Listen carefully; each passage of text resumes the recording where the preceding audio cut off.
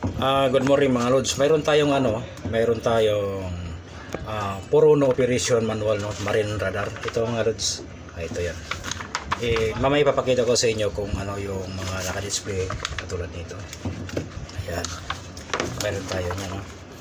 Saka yung pag-operation at yung kanyang monitor mga idol. Ayan. Satellite monitor. May ipapakita ko sa inyo. Maya mga lods. Kasi hahanapin pa na natin yung iba, kasi pag dito ka sa fishing mga lods, yung sa barko, pag nakasya ka sa barko, importante gagamitan natin to ng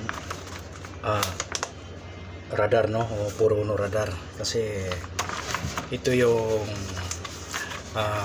ginagamit natin sa navigation. Katulad ng mga satellite na yan, no, lahat yan mga idol nagagamit natin pagdating sa operation. Mabarko ka man o mapising o kahit anong sa dagat, basta meron ka nito, siguradong safe na yung pag-navigate sa karagatan. At ito naman yung compass for navigator mga lods.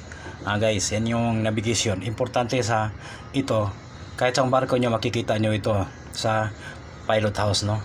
At indicator mga lods, indicator dito sa, ayan, kung nakita nyo yung indicator na yan, yan ang connection naman dito, yung indicator na ito mula dito sa compass at dito sa timon, ano?